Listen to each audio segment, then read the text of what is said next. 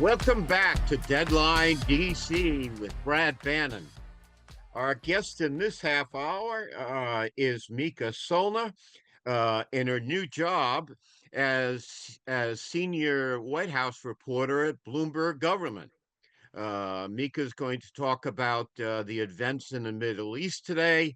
We're going to talk about Marjorie Taylor Greene and her what I described as a strange case of Marjorie and Taylor Greene, and also the government shutdown. Mika, thanks for joining us again on Deadline DC. It's good to have you back. Thanks for having me. Okay, let's start with the Middle East. Today, there was an exchange of Hamas hostages and Israeli prisoners. Very dramatic. President Trump was there. Uh, could you tell us what happened? What is supposed to happen next now that they've done the prisoner exchange? Yeah, I mean, I think that we're really going to see how this peace deal plays out, and a lot of people are watching. And I think a lot of people are going to be specifically looking at, Hamas and being able to disarm them completely. I think that's one of the major concerns. But overall, I think that, that this is a step, and we're going to have to see if this is lasting after almost 2 years of war that has really torn apart both political parties. Now, assuming that Israel stops their attacks on Gaza and that Hamas does disarm, what's going to happen to Gaza after all this is done? Is there going to be some kind of peacekeeping force? Will there be a United States involvement? How's this going to work? Yeah, I think that we're really going to be in this rebuilding phase now for Gaza. President Trump signaled that the United States was helping to, help with that effort. I know that part of this deal also includes, no restrictions at all when it comes to getting aid into the region, which has been an issue in the past. So I think we're going to look at that. But I think that there will be some level of U.S. involvement, given, what the president said today. But we'll have to see, also given the United States relationship with Israel and how Israel keeps up its end of this deal as well. Okay. Right now, the president's job rating is not great. Uh, it's depending upon which national poll you look at, it's probably in the low 40s. Some polls have them a little higher than that, but it's not good. Do you think this will boost the president's standing? I mean, this is actually a pretty big deal if it holds. Do you Uh, think it will boost the president's rating? well, I think that it has a temporary potential to do so. I mean, we saw that the president was getting some rare bipartisan, praise today in regards to this deal. But I think that there's a lot to see still in terms of, what's going to happen in the region. But I know that there were some Democrats that came out in support of, Trump's plan and the goal of his whole working group today, including Vice President Kamala Harris, his former rival. Okay. Let's try this. How did Trump, from what you've learned at the White House, from your station at the White House, how did Donald Trump make this situation work? It seemed intractable, and now there seems to be at least a hint of progress. How did he do it? Yeah, I mean, I think that he established this close group around them, and I think one of the areas that we've seen is that they were willing to kind of sit down with Hamas, and I know that that got a lot of pushback, but I mean, that was one of the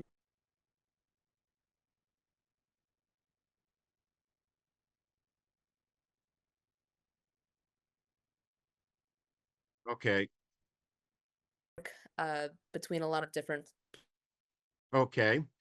Let's try this. I wanted to discuss with you one of the things that I found very curious about the news lately, the political news, is the strange case of Representative Margie Taylor Greene, who all of a sudden is bashing the crap out of the president on tariffs, on health care. Uh, what do you have any idea what you covered the Hill for a long time, and I guess you still are. What is going on with Marjorie Taylor Greene? Yeah, I mean, I think that we've seen her become outspoken, with her party in recent weeks. And I mean, she's always been someone that has not been afraid to criticize her own party at times, but it is interesting to kind of see her do it more vocally against the president. And I know that I spoke with her last week, and she said that she's not spoken with President Trump. He has not called her since she came out in favor of the ACA extensions. Obviously, that's, not the position of the president or or House Republicans. And the issue that's also in the middle of this government shutdown fight that Democrats are fighting for. So I think she kind of sees herself as a maverick or an independent voice in among the conference. Yeah, it's really quite being the maverick. I mean, she's almost swung from one political extreme to another. It's really very strange. Let me, since we're talking about the House, what is the mood? There are several. We just had Charlie Cook on in the first half hour, and Charlie said there's at least some danger. He thinks that the Democrats are going to flip the House. If Charlie's right, there must be a lot of nervous Republican House members out there. And what are they thinking? Are they worried, scared? Do they think they've maybe gone too far following the line with Trump? Or are they, pretty confident that somehow they'll work this thing out? I mean, I think that there's always tension ahead of a midterm, but I mean, I think that Republicans do know that they're in for a year that is just going to be more bullish for Democrats because it is going to be a midterm election where the Republicans are in charge of, the White House and both chambers of Congress. So whatever is happening at the time, they're likely to get the blame for it, especially if the economy is going badly. But I will say, one thing that's also indicative of their nervousness is the redistricting efforts. I think that the White House's push on all of these redistricting efforts in these states, one, it's unprecedented, but I think it's a huge signal that they are nervous that they're going to lose seats in such a narrow margin as well. Okay. It strikes me, and I'd be like to know your opinion, that Trump and the Republicans and the speaker, I guess, are betting that the commitment to Donald Trump is so strong among Republican voters that they'll basically tolerate anything, and and Trump has ginned them up so much. Even if they're in trouble, they can win this thing by outperforming Democrats in turnout. Is that the bet that Trump and the speaker are making, or is it something else? I think that they're going to play on some of the things that they view as, the best accomplishments. I mean, they're going to play on cutting spending and after this peace deal, I think that they'll play that up a lot. But I think that some Republicans will tie themselves to Trump while others will distance others in more blue districts. I mean, we've seen people like Mike Lawler from New York, who's very vulnerable, speaking out on some of the things that the president's done, including, slashing federal jobs during the government shutdown. Or we saw members like Kevin Kiley from California, who actually introduced a bill to ban redistricting in mid-decade cycles completely. So, I think that it really depends member by member. Okay. And I assume they're counting that they're going to get a lot of money uh out of Washington from people who support Donald Trump, and that must make them feel a little better. Yeah, absolutely. I think that's one of the things that the House campaign arm is really relying on, and the Senate campaign arm with the major Senate races happening next year, is that Trump's going to really help them fundraise, and for Yeah. Democrats too, Okay. honestly. Okay. How do you think the speaker has performed? It seems to me actually kind of amazing, even on a very on very tough votes where his members are putting themselves at political risk, he's always able to turn out just enough Republican votes. He loses one or two on a lot of key votes, but that's all. How is he able to do that? Is that some skill the speaker has, or it's just because Donald Trump is backing him up, or what? I think that Trump is heavily benefiting Speaker Johnson. I think that the Speaker Johnson has kind of found his footing a little bit more since he first took the gavel. But no, I think that with Trump's backing, he can pretty much pressure any Republican for the most part to vote in the way that he wants, otherwise threaten a primary against them. So I think it's heavily due to Trump's influence. Okay, we're going to take a quick break now for our radio listeners. We'll be right back with more of Deadline DC with Brad Bannon and our guest, Mica Soellner, the senior White House reporter at Bloomberg Government.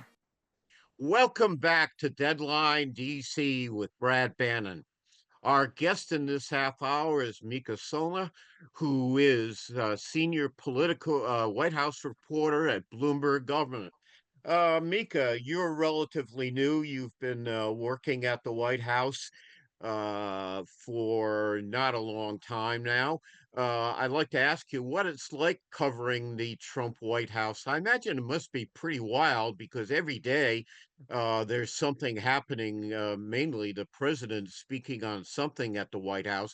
What's it like to cover the White House?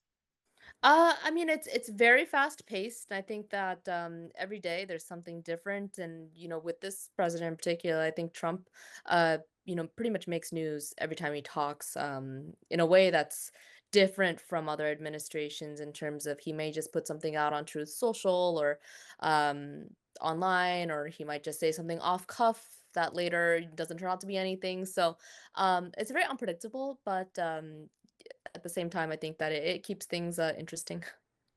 Um, yes, and Okay. I can't compare it to other administrations because I didn't cover them directly. Yeah, I remember during the first Trump administration, I had a White House reporter on the show, and he said he got up every morning at 3 a.m. just to see what the president tweeted. Are you doing that? I can't say that I'm doing that, but Okay, I do good have for his you. notifications on. Good for you. Uh, Now, the Trump administration has a reputation for being not very press friendly. What's the vibe you catch in your work? I think that I think that Trump is overall pretty accessible to most members of the media. I mean, I've been in quite a few gaggles with him yet. I haven't gotten the chance to ask him a question yet directly, but he stops a lot most of the time, I think, for reporters. So I think that he's got a unique relationship with the press. I know that he's made his dislike of some of the coverage very public, but in terms of access, I think that he kind of likes to play the media game a little bit, or a lot, Is it actually. as a White House reporter, do you have a lot of access to members of the White House, staff in addition to the president? Are they forthcoming, or do you have to spend your day, fighting to get small bits of information from them?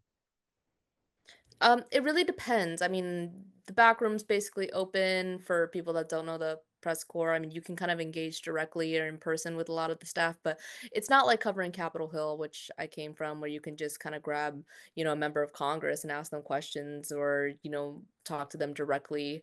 And you kind of have your pick of 400 people. So it's very different in that aspect. Okay. Okay.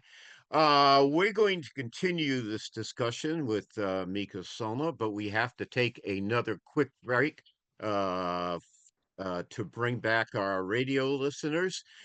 This is Deadline DC with Brad Bannon, and we'll be back with more of the show right after this break. And in the next segment, we're going to talk about the government shutdown, which is gripping the attention of many Americans. We'll be right back after this quick break. Welcome back to Deadline DC with Brad Bannon. Our guest in this half hour is Mica Soellner, who is the senior White House reporter for Bloomberg Government. Before she covered the White House, she covered the House of Representatives. So she's in a unique position to discuss the showdown between the White House and Congress on the shutdown. Mika, both sides dug pretty deep into their trenches. The Democrats insist they're not going to vote to break the filibuster in the Senate over the shutdown until the president restores Medicaid benefits and reduces health care premiums under the Affordable Care Act. Uh, at least to my vantage point, is far off. The president or the speaker doesn't seem to be in a mood to compromise on this issue. So, what do you think's going to happen? How long is this shutdown going to break, and what will it take to break it? Yeah, I mean, I think Speaker Johnson said himself this could end up being the longest shutdown. That I think that there's a lot of pressure that he's facing, particularly. And the speaker went on C-SPAN last week, and there were, callers just, telling him to bring the House back. He's had the House out for about, I think this is going to be the third week. So I think that there's pressure that Democrats trying to put on him as well to kind of call them back. But right now, pretty much all the action is going to be in the Senate. I mean, Senate Democrats are really putting in the healthcare fight into the shutdown. They want to bring the ACA extensions and have those conversations now. And so that's really at the heart of their fight in terms of the shutdown. Okay. Now, I've been critical of the Democratic congressional leadership in the past on the show, but it's my opinion, I'd like your opinion, that the Democratic congressional leadership has actually handled this pretty well. They picked an issue, healthcare, especially inflation and healthcare cost, as their hill to fight on, and it's important because the number one issue of concern out there to Americans, if you look at the national polls, is inflation. And they've built this opposition to Trump's big bad budget bill on opposition to health care cuts and increases in health care insurance premiums. And, the remarkable thing is if you look at the Democratic constituency groups, labor unions, progressive uh, progressive issue groups, they really are very much on message on this thing. And I'd like to know how you feel the Democratic congressional leadership has handled this. And usually I'm pretty critical of them, but on this thing, I think they've done a pretty good job. Yeah, I mean, I think that it's very good optics, and it's notable that Leader Jeffries is keeping his caucus here in town. And I know that they're really trying to message on the fact that Democrats, are in Washington, trying to work this out while Mike Johnson has kept Republicans away. So I think that that's really good messaging on their point. But yeah, I think that it's really interesting to kind of see Democrats holding up this long. I mean, usually I thought a government shutdown would be something that conservative hardliners who often threaten shutdowns do. So, yeah, I actually kind of thought that they would probably give in by now, but that hasn't been the case. So we'll see what happens here. Do you, do you see either side giving something on this issue to reach a compromise? I mean, I guess I was going to say the shutdown has to end at some point, but I'm not sure it does actually. Do you think there's any room for compromise between the two parties? I mean, at the moment, there doesn't seem to be anything going on in the future. Just the way that it's going, I think that this bill has been put on the floor in the Senate, what, 5, 6 times or so. and it's failed every single time, and, like, there really hasn't been much traction among, Senate Democrats who have signed on, even, vulnerable ones like Senator Ossoff, who could face a really difficult election next year. I mean, he hasn't even caved, or he's been kind of on the side of progressives on this as well. You would think something has to give at some point. God only knows. Well, I guess I don't know what it is, and you don't really either. So I'll have to wait and see. Let me ask you this question. Uh, the Speaker Mike Johnson, is under some pressure now because the House has been out of session, I don't know, for 2 or 3 weeks now. It's not going to be in session this week. Why is he not want to bring the House back in session? Is it just because he doesn't see hope of an agreement, or are there other things going on here? Yeah, I mean, the speaker's made the argument that he thinks that House Republicans have already done the job. I mean, they passed the CR, and like the fight's really in the Senate. And to that extent, that he is correct. But I do think that the longer this drags out, he's also, I think, keeping members out to try and put pressure on the Senate in some way. Um, to prove that kind of point. But at the same time, I think that some members of his own conference that are getting kind of antsy, being like, should they really be away? Should they not be in Washington while, I think the troops are about to not get paid. I think the Pentagon sorted that out, but essentially at the time, um, that there's a lot of federal workers that are going to miss their first paycheck here or get laid Uh, off in that time period. okay. Yeah. Uh, let me ask you this.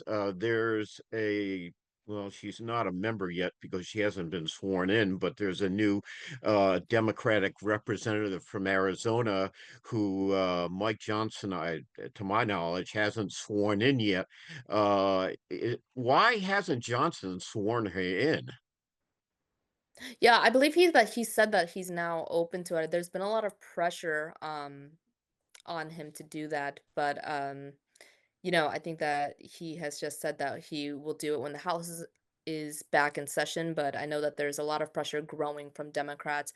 I watched one of the pro formas last week. I think it was I can't tell you who the speaker pro tem was, but there was Democrats that were like screaming at the person telling them to swear her in, and especially because there has been discrepancy when two Republicans were first elected, Randy Fine and then one other Floridian who I can't think of right now. But they were sworn in during a pro forma session, so I think that it's more also about that discrepancy more than anything else. Okay. Do you think, some Democrats believe it's because once she's sworn in and can vote, could sign the petition to release the Epstein files? Does that have anything to do with this in the speaker's calculations? Democrats are definitely trying to make that an argument. Yes, the speaker has denied that, but I think that that is going to be a huge concern and a huge issue for him. When that happens. Okay. Uh, so you think this is gonna, I'm the impression I'm getting talking to you is this shutdown could last for a real long time because there's really no sign on either side they're willing to compromise. So are we looking in for a real long haul here? Well, I mean, I think it's possible, but I say that with a caveat just because you never know. I think, especially with Trump in office, I mean, he could just be like, end the shutdown now. And I don't, I don't actually know who would, what Republicans can do, but he might try and the administration's trying to broker some back deals too. I think that Vice President Vance is in touch with some vulnerable Senate Democrats, some more moderate ones, that he probably has personal relationships with from his time. So, I mean, we'll see what happens. But as of now, I'm not confident. Yeah, it's looking pretty bleak. A general question, is there room for compromise? I mean, we're so polarized politically. Is there room for compromise in American politics anymore? And if there isn't, how do we get things done? Um, I mean, I like to hope so. I still think that I think under the radar, a lot of members and lawmakers and people that don't always have their name in the news often are doing, good bipartisan work that's important and doesn't always get the attention it does, but it should. And yeah, I think that it still exists. I just don't think it's as flashy because, people don't want to read about it. Okay. Mika, thank you very much for joining us today. It was a pleasure to have you back on Deadline DC. Congratulations and good fortune on your new job. I want to thank Mika for joining us today. Mica Soellner, senior White House reporter at Bloomberg Government. Also, Charlie Cook, the founder of the Cook Political Report and a columnist for the National Journal. And of course, our intrepid producer, Mark Grimaldi, who makes sure the show runs on time and stays online, despite my best efforts to sow chaos. Next week, Paul Lisnick, the political and legal analyst for WGN TV in Chicago, joins us to discuss the age of ice in Chicago. We'll see you all next week.